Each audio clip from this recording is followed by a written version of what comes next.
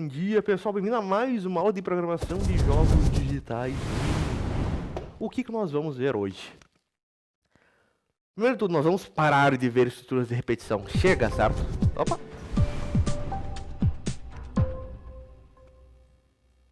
Bom dia, pessoal. Bem-vindo a mais uma aula de programação de jogos digitais 1. O que nós vamos ver hoje? Primeiro de tudo, o que nós não vamos ver mais, certo? Pelo menos por um tempo. Estruturas de repetição. Chega, certo? Cansamos de fazer exercício, vimos até, né? A gente se encheu o saco. Nós vamos ver a ideia de funções hoje. Ah, professor, mas a gente já usa de função, a gente já usa de print, de sum, de max, certo? De input. Só que agora nós vamos criar as nossas próprias funções. Vamos dar uma olhada nisso, certo? Bora lá, então. Qual que é a ideia de funções em programação, certo? Funções são utilizadas para agrupar um conjunto de instruções, ou seja, um conjunto de códigos, certo?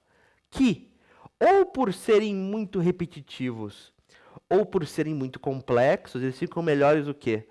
Contidos, isolados e invocados somente quando necessários. Por exemplo, eu estou fazendo um cálculo de um imposto, certo?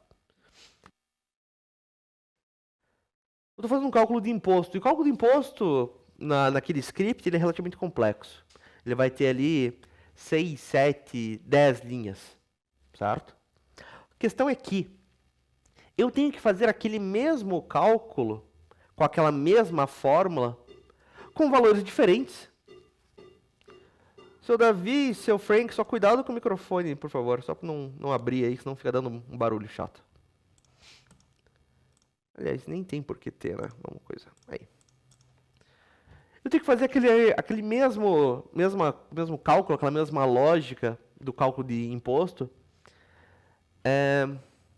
3, 4 vezes ao longo do código. Eu só mudo valores, certo? Até então, o que a gente faria? A gente pegaria aquele mesmo bloco de código e repetiria ele 3, 4 vezes ao longo do código, certo?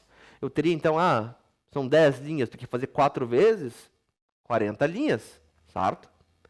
O que é uma forma mais fácil, o que é uma forma mais elegante?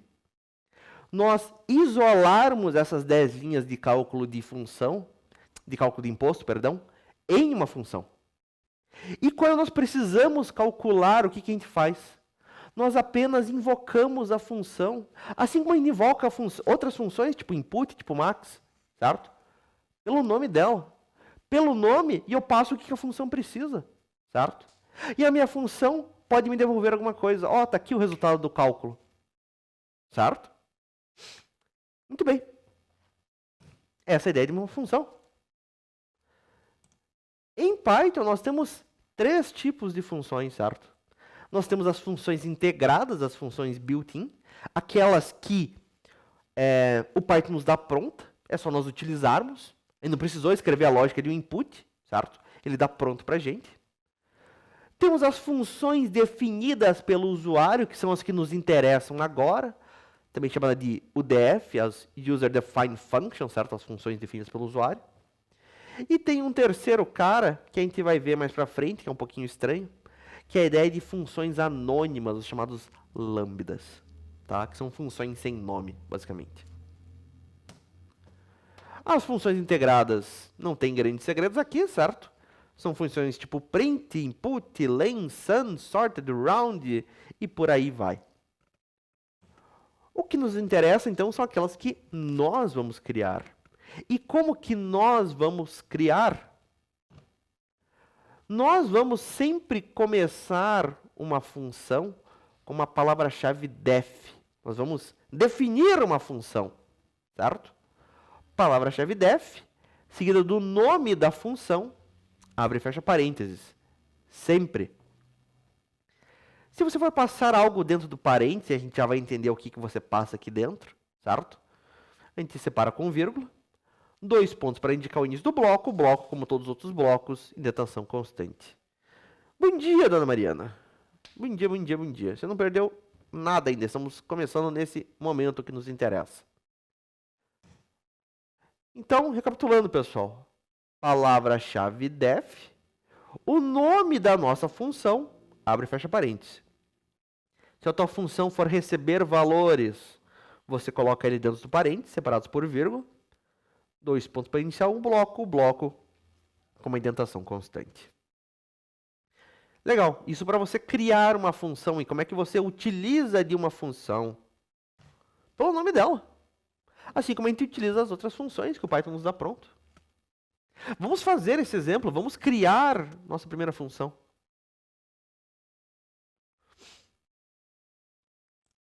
Deixa eu criar uma pasta aqui.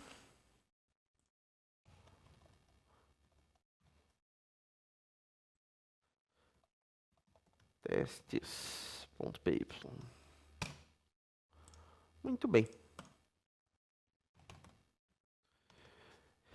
Eu vou ter então uma função somar. Palavra-chave def somar. É uma função abre e fecha parênteses sempre, certo? Eu vou somar o quê? Eu vou somar 2 números. Aqui eu já vou adiantar um pouco o assunto, certo? A nossa função ela pode receber valores. Quem eu passo aqui no momento da criação da minha função, certo? Por exemplo, a, b, né? Nada mais são do que são variáveis. Variáveis que a minha função espera receber valores. Dentro da função eu vou fazer o quê? Eu vou dar um print em a mais b. Simples assim. Eu vou dar um print Batman ainda, só para a gente ver que pode ter mais coisa. Não posso deixar de ter o Batman. Muito bem. Vamos utilizar dessa belíssima função. Vou chamar então somar, passando aqui 4 e 6. Eu vou dar um print aqui em Robin. E eu vou chamar novamente essa função, agora passando 3 e 9. E vamos rodar no passo a passo, vamos entender o que diabos está acontecendo aqui. Eu vou dar um último print aqui de alguma coisa. Fim do programa. Beleza. Vocês não precisam copiar, só prestem atenção. O que o Python está fazendo? Primeiro de tudo, para eu utilizar de uma função que eu criei, ela tem que existir antes. Não faz sentido eu chamar a função se ela nem sequer foi definida. Defino minha função. Estou definindo somar. Beleza, Python vai vir, vai deixar esse cara guardadinho aqui. Opa, eu tenho uma função somar. Certo? Está guardado. Vou chamar essa função somar passando os valores 4 e 6. Por padrão, esses valores vão para essas variáveis de forma posicional. Primeiro para o primeiro, segundo para o segundo. Ou seja, A vai receber esse 4, B vai receber esse 6. Aqui, A vale 4, B vale 6. E ele vai dar o print desse A mais B, dessa soma, certo? 4 mais 6, 10. Deu lá o print do 10. E vai dar um print naquele Batman. Repare, terminou de executar a minha função. Ele vai voltar para quem chamou a função e vai continuar a partir daí. Ou seja, ele vai para a linha 7 agora. Terminou a função. Vai para a linha 7. Ele vai dar um print. Robin. E vai chamar novamente a nossa função, agora passando os valores 3 e 9. Vai para dentro da função. Lá dentro, A vale 3, agora B vale 9, certo? Vai dar a soma desses valores, vai fazer a soma desses valores e vai dar um print. 3 mais 9, 12. E vai novamente dar o print no Batman. Terminou de executar a função, certo? Volta para onde ele parou e vai seguir em frente. Vai para quem agora? Para esse print fim do programa. Fim do programa. Certo? Tem lógica o que ocorreu aqui dentro, pessoal? O que vocês me dizem?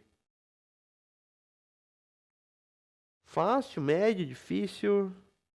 Alguma linha que está estranha? Perguntas, pessoal. Falem, por favor. Fácil, pô.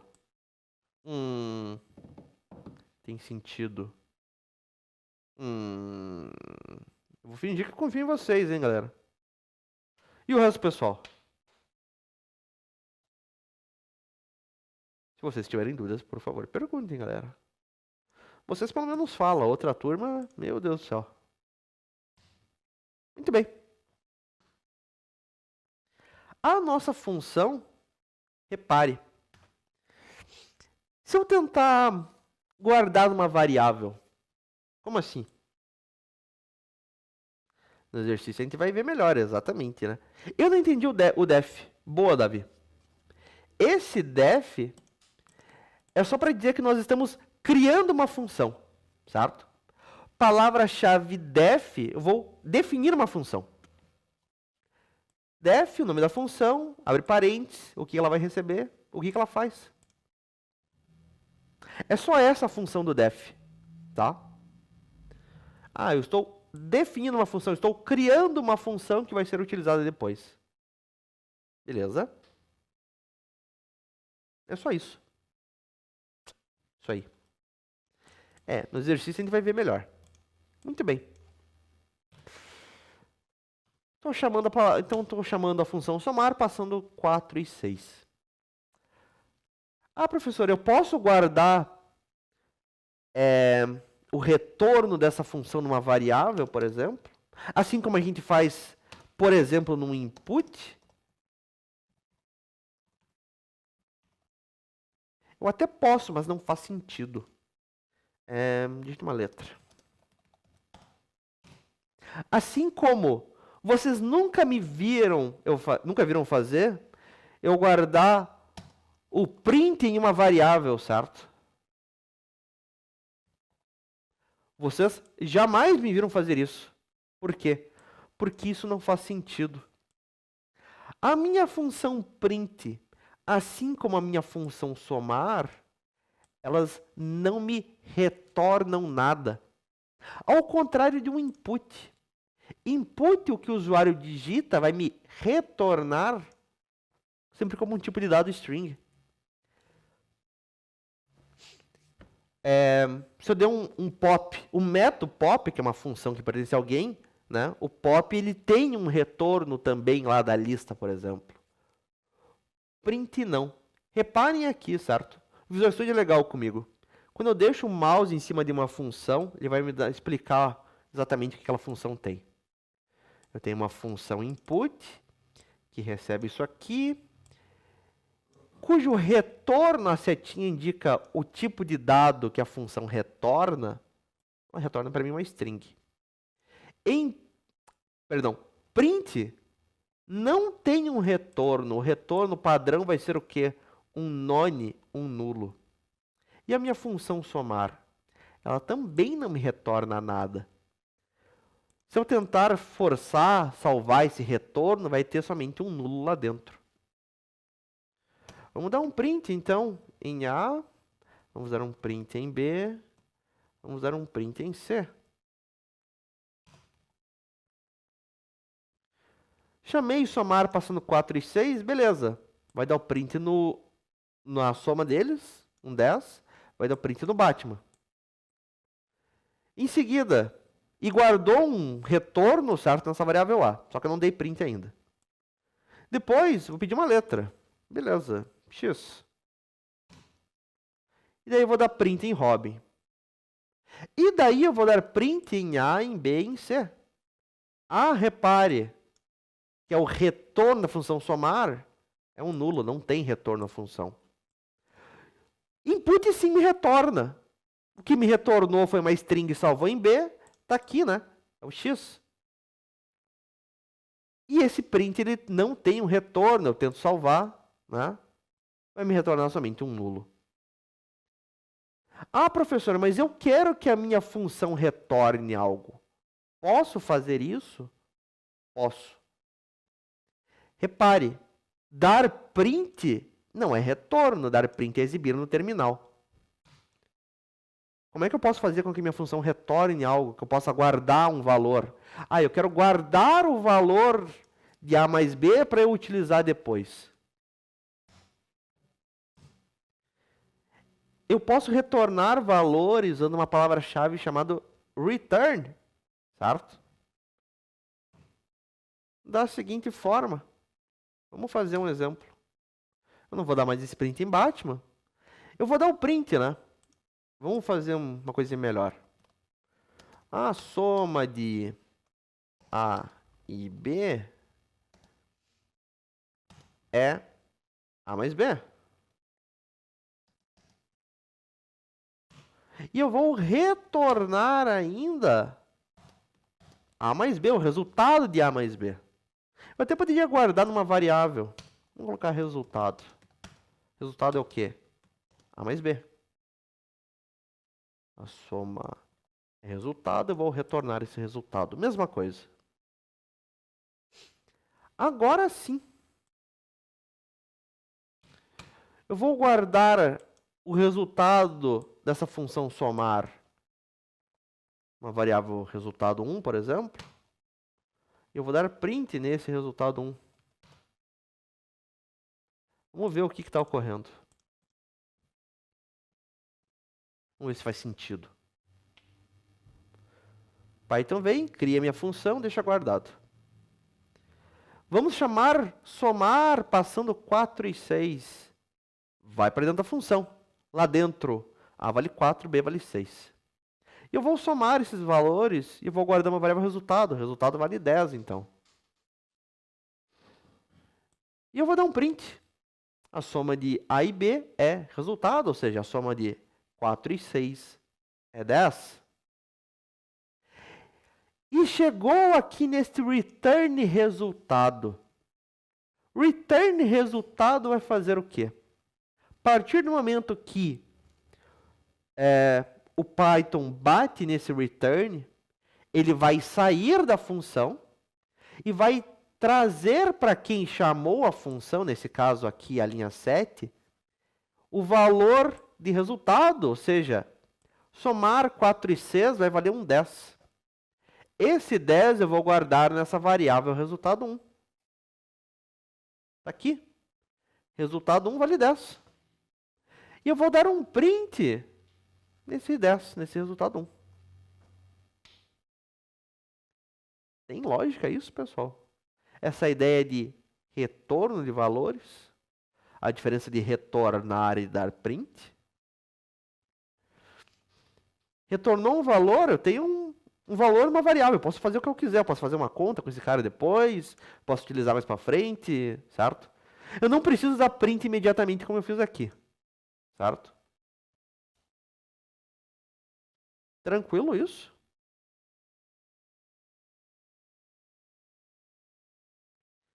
Um detalhe.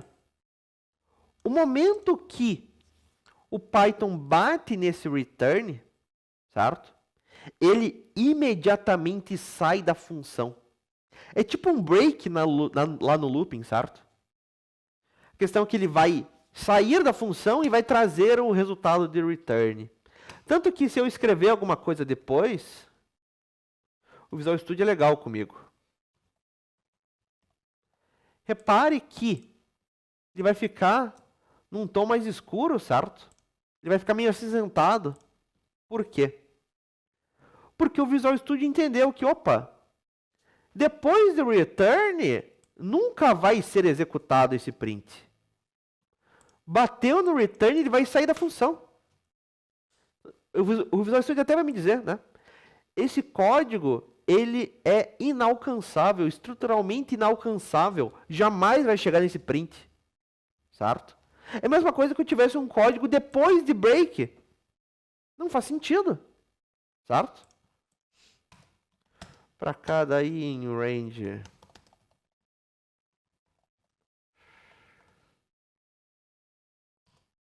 Faça um print. Dê um break. E faça um print. Também, esse print B jamais vai ser alcançado, certo? Não faz sentido.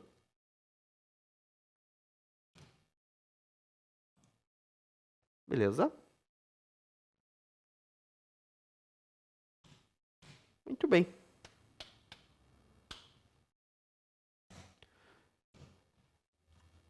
Então, quando o código bate, quando o Python bate no return, ele vai sair da função, a função vai ser interrompida e vai retornar o que foi especificado no return para quem chamou a função.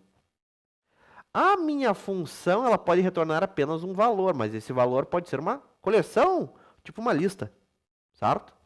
Se eu não tiver a palavra-chave return, a função vai retornar um nulo por padrão, um none. Tá? Muito bem. Vamos falar, então, mais especificamente sobre esses valores que a função espera receber, esse A e B. Esse A e B, essas variáveis que a função espera receber, ele tem um nome próprio, certo? Nós chamamos eles de parâmetros, certo? E o que nós passamos para essas variáveis, para esses parâmetros, também tem um nome. Os valores que a gente passa nós chamamos de argumento. Então, parâmetros são variáveis que a função espera receber, enquanto que os argumentos são os valores que são passados para esses parâmetros, por padrão, de forma posicional. Primeiro argumento, primeiro parâmetro, segundo argumento, segundo parâmetro, e por aí vai, certo? Primeiro por primeiro, segundo por segundo, e assim por diante. Tá? Legal, professor. Eu tenho, então, a minha função somar, certo? Com dois parâmetros, o parâmetro A e o parâmetro B. E eu estou passando dois argumentos, estou passando o argumento 4 e o argumento 6. 4 vai para A, 6 vai para B. É isso, é isso. Legal. E se eu passar aqui um terceiro argumento? Minha função, eu vou passar para a função 4, 6 e Batman. O que vai ocorrer? Vai me ocorrer um erro. Que tipo de erro? Um erro de tipo, um type error. O que diz essa mensagem de erro? A minha função somar, ela recebe dois argumentos posicionais de forma posicional. Mas foram dados três argumentos. A minha função espera 2, eu passei 3. Pode? Não, não pode, não faz sentido. A mesma coisa aqui. Ela está esperando A e B, vou passar somente um valor, vou passar somente um 4. Vai ser também um erro de tipo, com uma outra mensagem agora. O que ele diz? A minha função somar está faltando um argumento posicional obrigatório. E passou somente o valor para A. Faltou o B, certo? Esses parâmetros, essas variáveis que a minha função espera receber, por padrão, eles são obrigatórios, certo? Eu tenho que passar um valor para A, eu tenho que passar um valor para B. Beleza? Tem lógica? Tudo que a gente viu até aqui, pessoal? Alguma dúvida? Alguma linha está estranha? A ideia de parâmetros e argumentos faz sentido? Falem, por favor.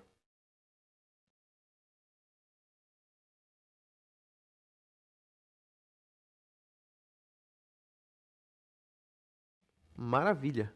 E o resto da galera? Tranquilo?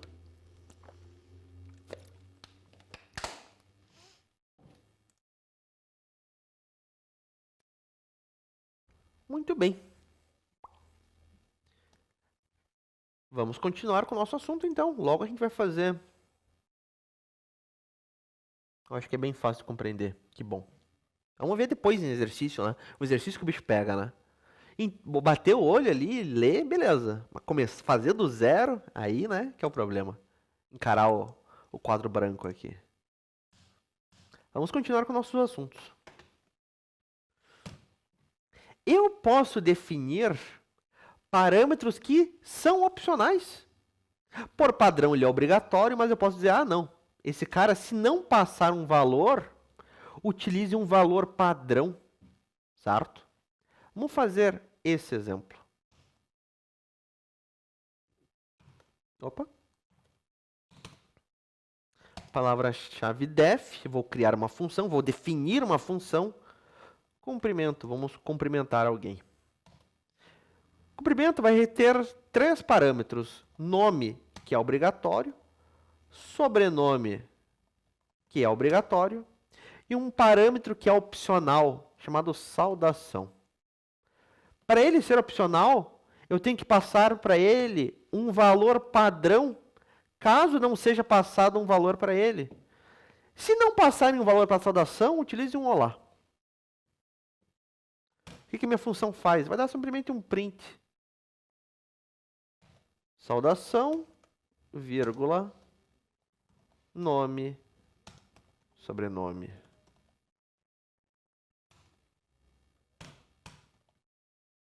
Beleza? Muito bem. Vou chamar a minha função comprimento. Repare, esta função comprimento não tem um retorno. Eu não posso guardar o retorno dessa função numa variável, porque ela não tem um retorno. Se eu tentar guardar, vai ter somente um nulo. Eu vou chamar comprimento, passando então para nome João, e repare, o Visual Studio é legal com a gente.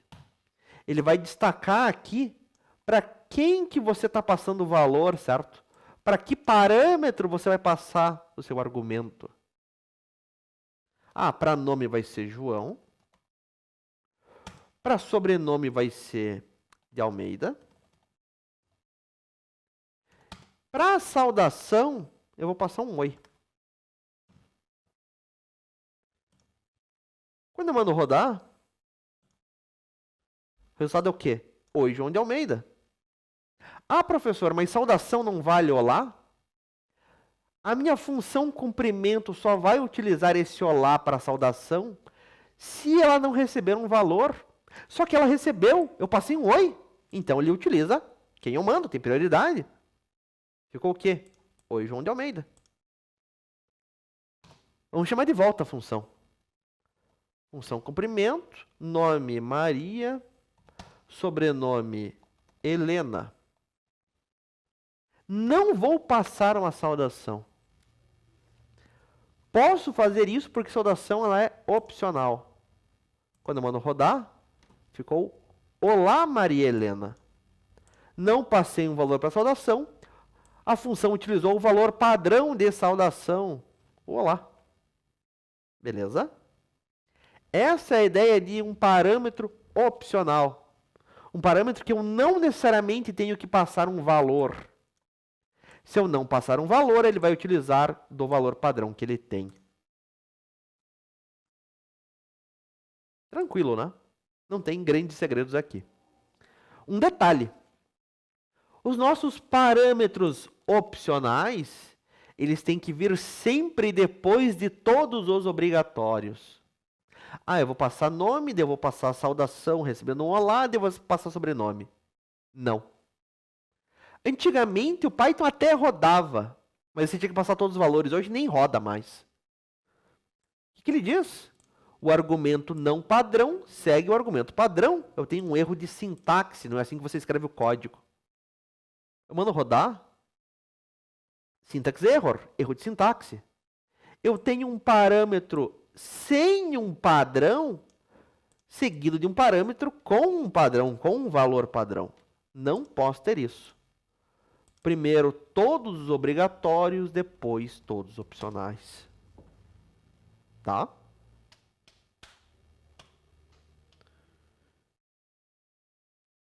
Muito bem. Se nós não temos dúvidas, se vocês tiverem, por favor, falem. Vamos seguir ainda, estamos terminando, quase, pessoal. Deixa eu só tomar uma água, a gente já continua.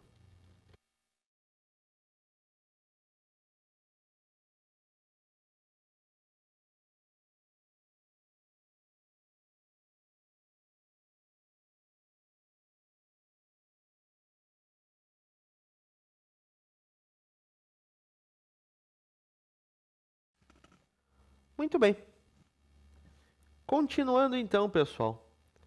Eu posso passar os meus argumentos, os meus valores para a função de uma forma nomeada. Como assim? Por padrão, é de forma posicional, certo? Primeiro para o primeiro, segundo para o segundo, terceiro para o terceiro. Se eu quiser, eu posso passar um nome. Eu vou passar aqui para sobrenome. Albino. Eu vou passar uma saudação. Um valor hello. E eu vou passar um nome. Vitória. E repare, quando eu passo de forma nomeada, quando eu especifico, quando eu deixo explícito, esse parâmetro vai receber esse argumento, esse parâmetro vai receber esse valor, a ordem não mais importa. Eu declarei nome, sobrenome e saudação. Eu estou passando o quê? Sobrenome, saudação e nome. E vai funcionar. Hello, Vitória Albino. Tá? Mais pra frente, lá pro final do nosso curso, certo? Quando a gente começar a ver coisas um pouco mais complexas, eu vou sempre utilizar as nossas funções de forma nomeada. Por quê? Não porque eu quero alterar a ordem, mas porque eu acho que fica mais explícito, certo? Mostrar exatamente o que está ocorrendo. Putz, estou passando 3 valores. Mas qual que era o primeiro valor, qual que era o segundo parâmetro, qual que era o terceiro parâmetro? De forma nomeada fica explícito, certo? Ora, o primeiro parâmetro vai ser esse, o segundo parâmetro é esse, o terceiro parâmetro é esse. Para quem que eu estou passando? Só que tem um detalhe. A ordem não mais importa, um asterisco. Eu posso misturar, eu posso passar de forma posicional e nomeada. Nesse caso, primeiro vai todos os posicionais, depois todos os nomeados. Posicional, obviamente, a posição importa, nomeado aí não importa mais, eu posso alterar a ordem. Tem lógica isso, galera?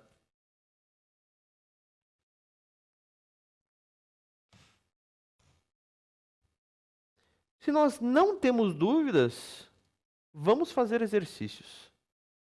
Só deixa eu abrir a minha lista de exercícios, ver o que eu vou passar para vocês. Deixa eu procurar.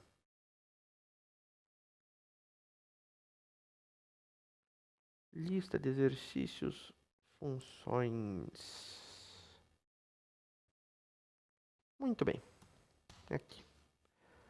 Nós temos uma lista 04, funções. E aqui tem o exercício 3, 4, 5, 8 e 9. Aliás.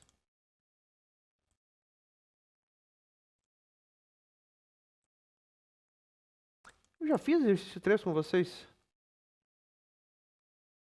Então tá bom. Não me lembrava, mas está feito, está feito. Assim como a gente fez o 4, certo? Assim como a gente fez o 5. Vamos pro 8. Esse 8 ele é meio chato. Vamos ver se tem mais alguém mais legal aqui.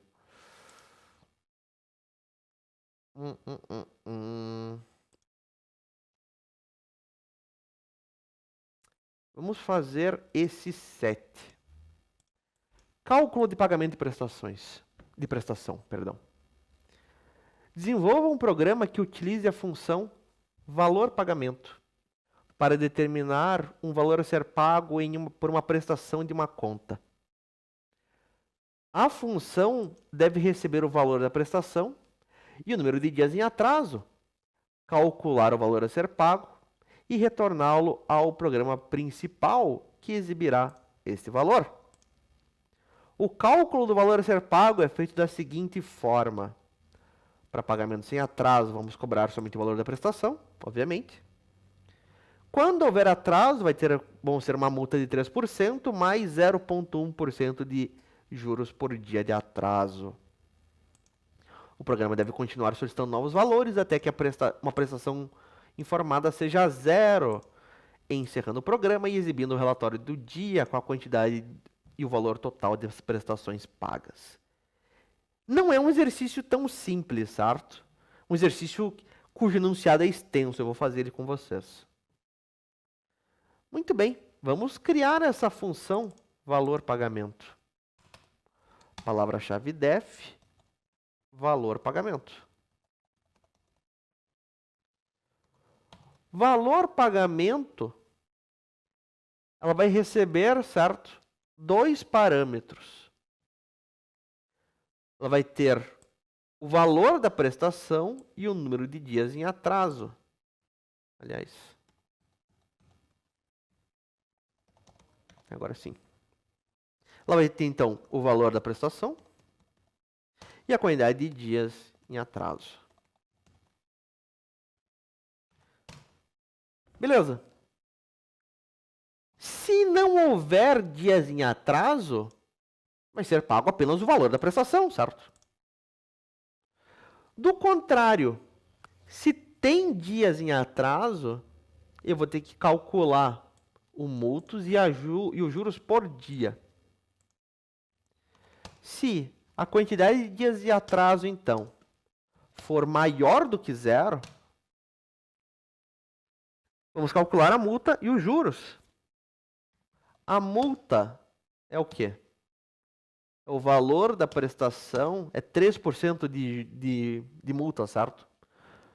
Vai ser o valor da prestação multiplicados por 0,03. Enquanto que os juros é a quantidade de dias em atraso. Os juros é 0,1% por dia. 0,1 é dias de atraso multiplicado por 0,001 multiplicado pelo valor da prestação. E a minha função vai retornar para quem chamou, certo? Nossa função deve retornar o quê? Ele vai ter que pagar o valor da prestação, mais a multa, mais os juros.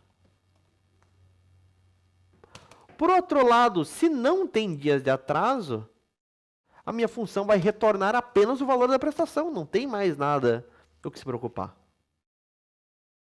Certo? Isso aqui tem lógica? Faz sentido isso com base no enunciado? Eu sei que o enunciado não é tão simples assim, tá? Mas estamos juntos?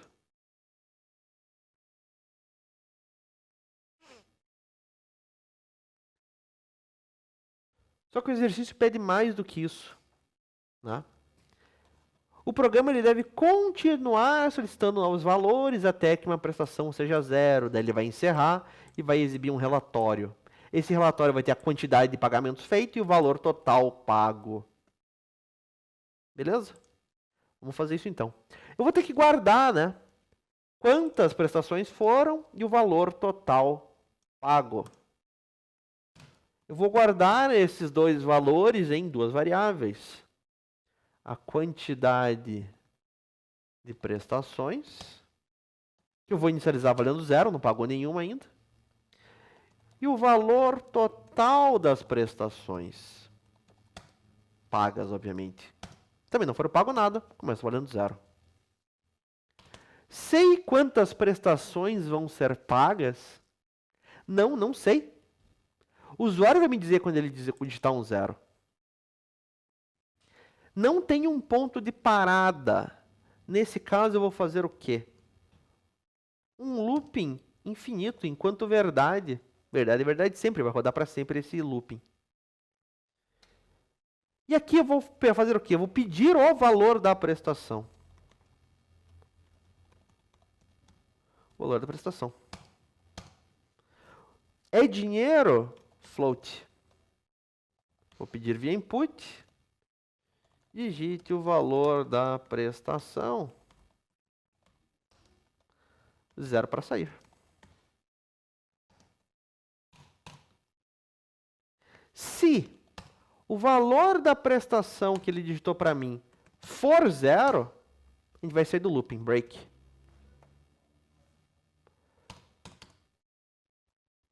Uma outra verificação, se o valor da prestação for menor do que zero, não faz sentido pagar uma prestação negativa.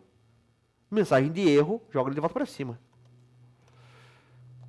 Valor inválido. Digito novamente. Como é que eu vou mandar ele para cima do meu looping? Alguém lembra? Inválido, digito novamente, eu quero jogar ele de volta aqui para o começo. Como é que eu vou fazer isso? Continue. Boa, Arthur. Continue. Volta para o começo. Digita de volta aí. Beleza. Se ele chegou aqui, então ele quer digitar uma prestação. Vou pedir agora a quantidade de dias em atraso. Quantidade de dias, número inteiro. Vou pegar meu input. Digite o número de dias em atraso. Obviamente, vou fazer a mesma verificação que eu fiz aqui para o valor da prestação. Não faz sentido ter dias negativos de atraso. Se dias de atraso for menor do que zero, print continue. Que manda ser, né? Que manda ser trouxa. Digita de volta lá tudo. Beleza. Se ele chegou na linha 46, significa que ele passou para mim um valor que é válido, ele tem de fato uma prestação a pagar, ele me digitou uma quantidade de dias que é válido, certo? Muito bem. Vou ver então o valor que ele tem a pagar de fato, né? Como que eu vou ver isso? Usando da minha função valor pagamento. Vou chamar a função valor pagamento. E a função valor pagamento, ela espera dois parâmetros. Valor prestação e dias de atraso. Aqui, por coincidência, ficou o mesmo nome. O parâmetro da variável que eu vou passar. Para valor da prestação, eu vou passar o quê? Valor prestação.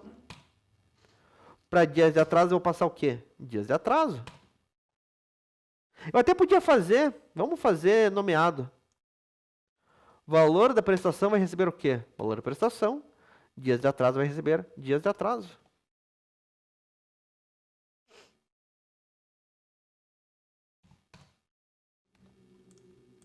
Posso fazer assim? Posso. Repare, ele fica meio grande. Eu posso fazer em várias linhas, né? Dentro do parêntese. Beleza. Isso vai chamar a função, vai calcular o valor que tem que ser pago, vai me retornar esse valor. Esse valor eu vou guardar aqui nessa variável. Vamos dar um print daí, né? O valor que tem que apagar. Valor a pagar. Valor a pagar.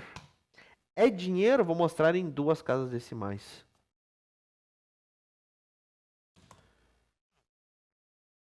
Além disso, eu tenho que aumentar a quantidade de prestações em 1 e o valor total das prestações é o valor que foi pago. A quantidade de prestações vai ser ele próprio mais 1. O valor total das prestações vai ser ele próprio mais o valor que foi pago, o valor a pagar. Tudo isso dentro desse while. A partir do momento que ele sai do while, vou mostrar o relatório, né? O relatório do dia.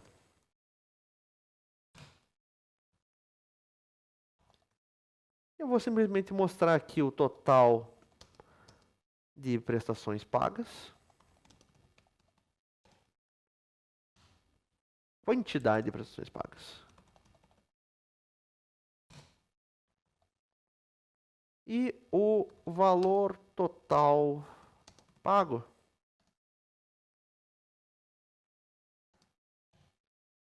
Que é o valor total das prestações, dinheiro, duas casas decimais. E vamos rodar esse cara. Digite o valor da prestação ou 0 para sair. Ah, ele tem uma prestação que vale 100. Dias de atraso? Zero, não tem dias de atraso. Valor a pagar? 100. Só o valor da própria prestação. Ah, ele tem uma outra prestação de R$1.000. Quantidade de dias em atraso. Atrasado em um dia. Somando a multa, somando os juros, ele vai ter que pagar R$1.031. E chega. São só essas duas que ele vai pagar. Zero para sair. Putz, ele digitou menos 1. Inválido. Opa. Zero, perdão. Vai mostrar o relatório. Foram pagas quantas prestações? 2. O valor total, 1.131, certo? Esses dois caras. Esse cara aqui. Faz sentido para nós? O que vocês me dizem?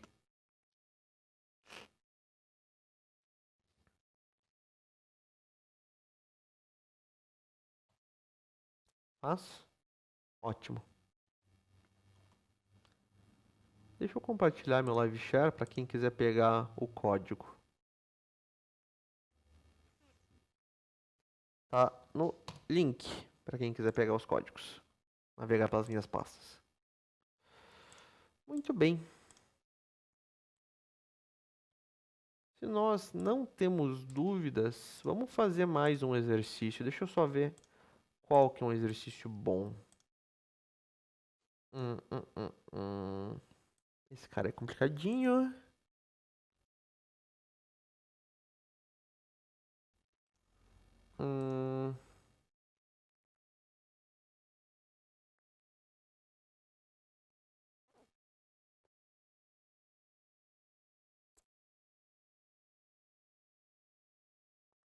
Deixa eu dar uma olhada nesse 15.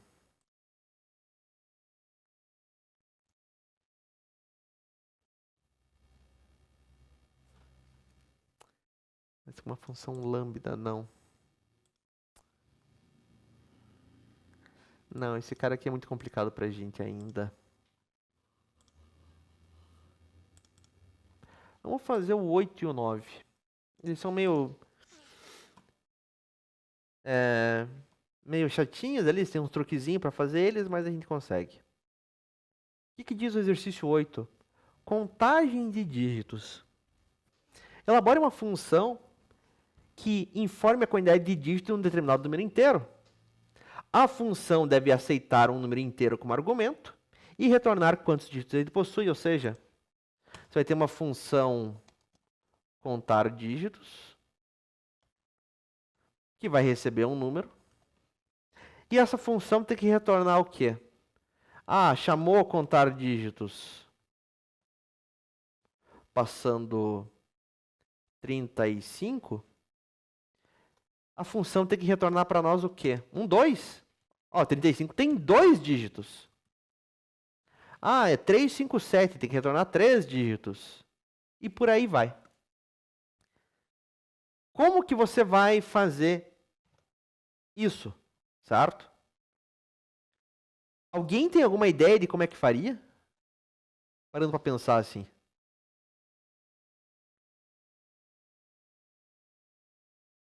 Então, a primeira intuição seria fazer o quê? Inputs com lens. Boa. A questão é que vamos dar print no comprimento de 357.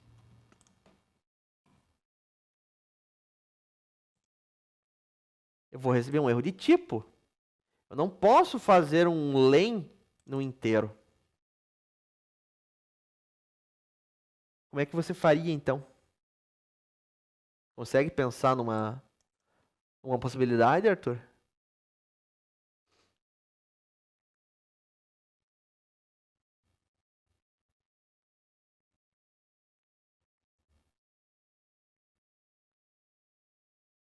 Ora, em quem que eu posso fazer len? Em quem que nós já fizemos len até agora? Listas. E o que mais? Tem mais um cara que a gente fez. Dicionários, tem mais um cara que a gente fez. Float não. Não fizemos em float. Tem um outro tipo de dado que a gente fez. Também não funciona. String. Boa. String dá para fazer. O que você vai fazer então? Você vai converter esse inteiro para uma string. E daí você vai fazer o comprimento dessa string. Ah, tá aqui, ó. Tem 3. É o comprimento dessa string. 357 tem 3 caracteres. Façam esse exercício então. Tá aqui as dicas. Para quem quiser ser mais como um desafio, certo? Para números negativos. Se você converter simplesmente um número negativo para string e você vê o comprimento dele, ele vai dizer que é 4. Só que não. O símbolo não conta como número, certo? Não conta no comprimento do número. Quantidade de dígitos do número. É dígitos. Aí você vai ter que pesquisar como fazer. Fica como desafio para vocês. Tente fazer com números inteiros, obviamente. Depois você tenta ver com números negativos. Mandem brasa aí, galerinha.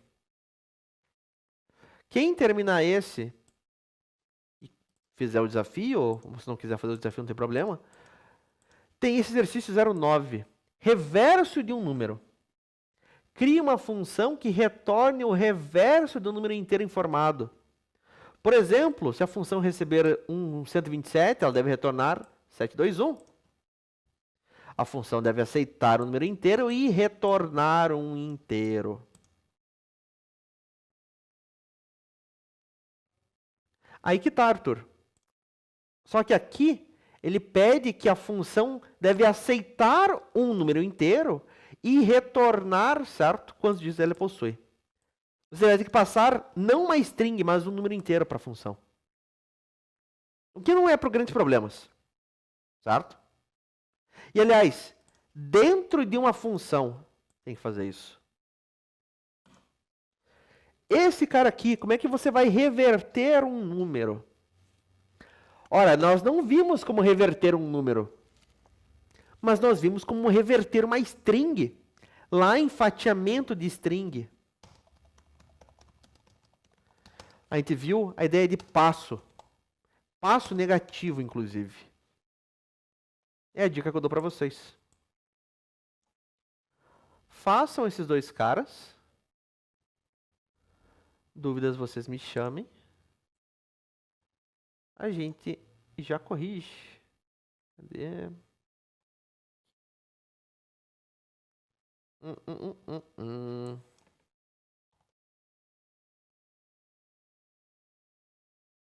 Aqui pra gente ver tudo isso.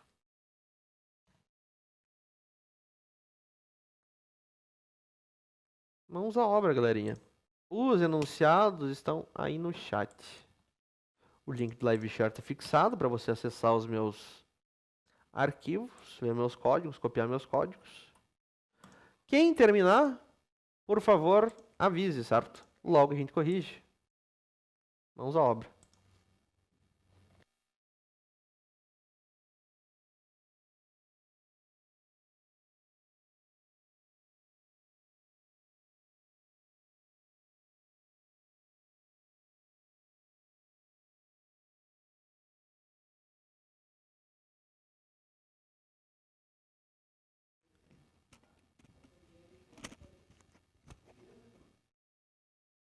Vamos dar uma olhada no teu.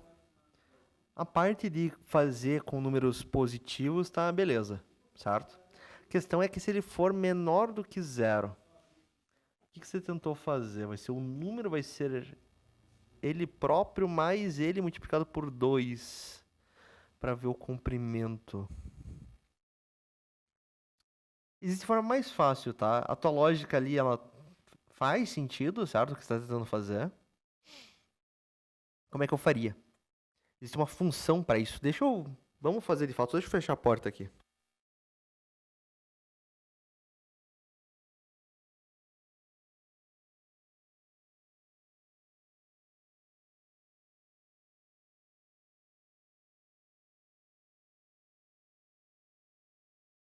A tua lógica tá sã, certo? Só que existe forma mais fácil, teria que ter pesquisado.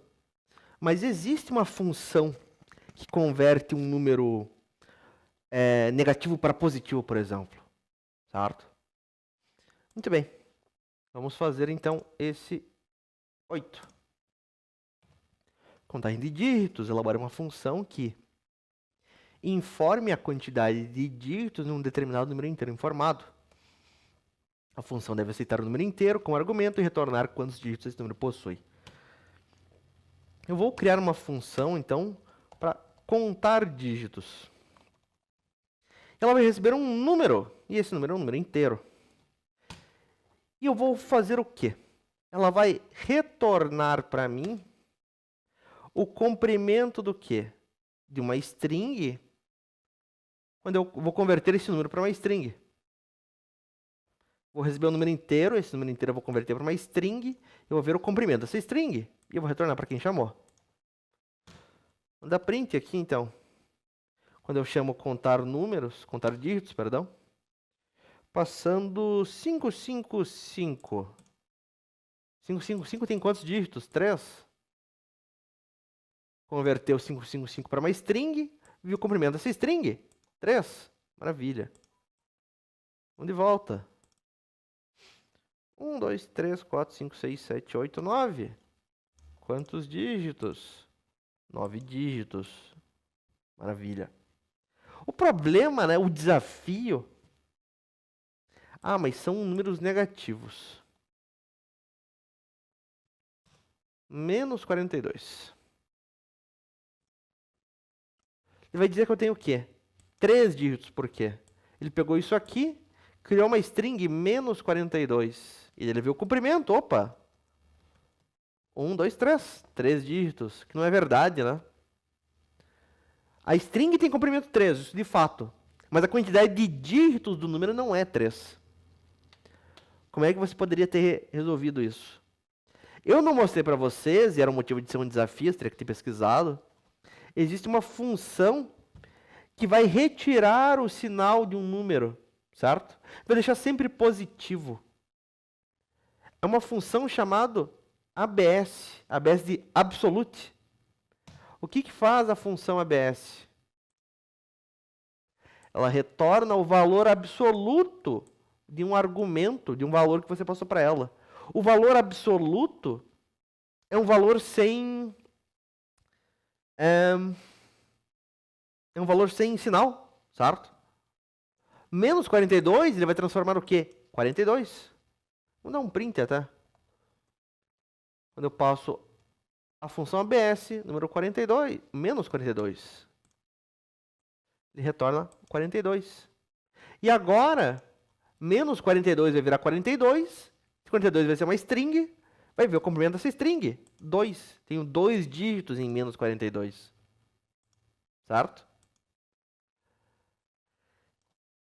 A ideia aqui desse desafio era fazer você pesquisar mesmo, meus caros. E é normal, certo? Nós vamos ter que pesquisar, certo?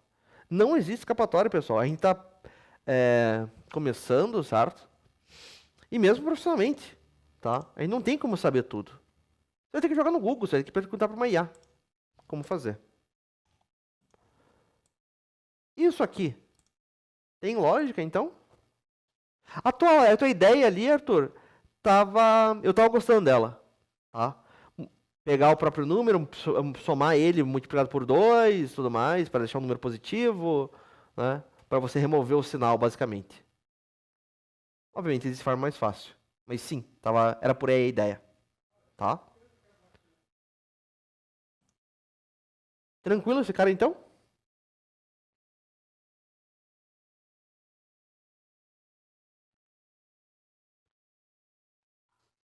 Deu, Arthur? Você fez igual ao meu ou você fez diferente? Como é que ficou o teu?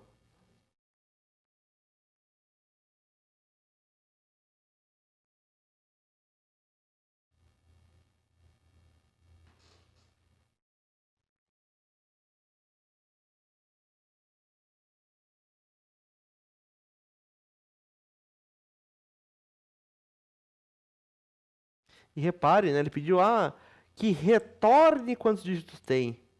Minha função tem que ter um return, então. Tá? E eu estou dando print no retorno da função, porque a função tem um retorno. Estou dando erro aqui. Se você quiser mandar depois, a gente dá uma olhada.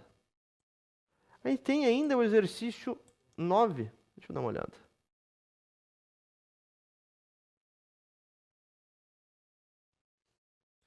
Vamos ver o que o Arthur mandou pra gente.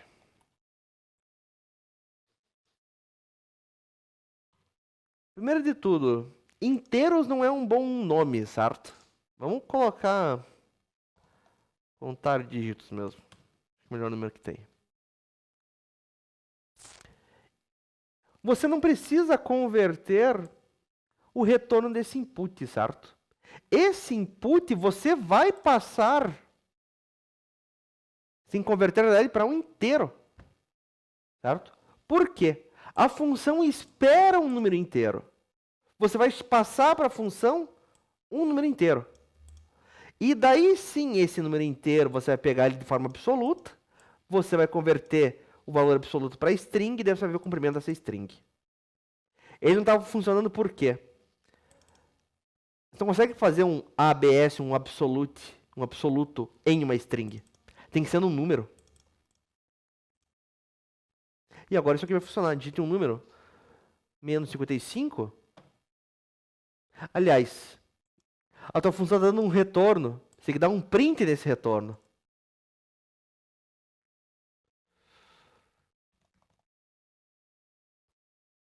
Agora sim. Menos 55. Menos 55 tem 2 dígitos. 444 tem 3 dígitos. E por aí vai. Beleza?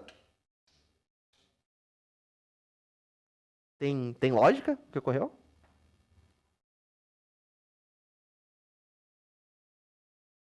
O porquê que não funcionava o teu? Se eu passasse aqui como string, repare, o que vai ocorrer? Erro de tipo, certo? Não faz sentido eu passar para a função ABS uma string. Se eu colocar o mouse em cima de ABS, aqui os coisas dele não é amigável. Mas a função ABS, ela espera o quê? Um número, um float ou um inteiro. Vamos dizer que eu passasse um float. Menos 42. Como float também não vai dar certo, por isso que ele pediu como inteiro, por causa do ponto. Ele vai se perder aqui. Tem que ser inteiro mesmo. A função ABS entende float. Mas para converter para string, para ver dígito, aí ele se perde. 3 dígitos. 3 dígitos também. Boa. É legal, a gente pode pegar com input esse valor, em vez de passar de forma direta. Gostei.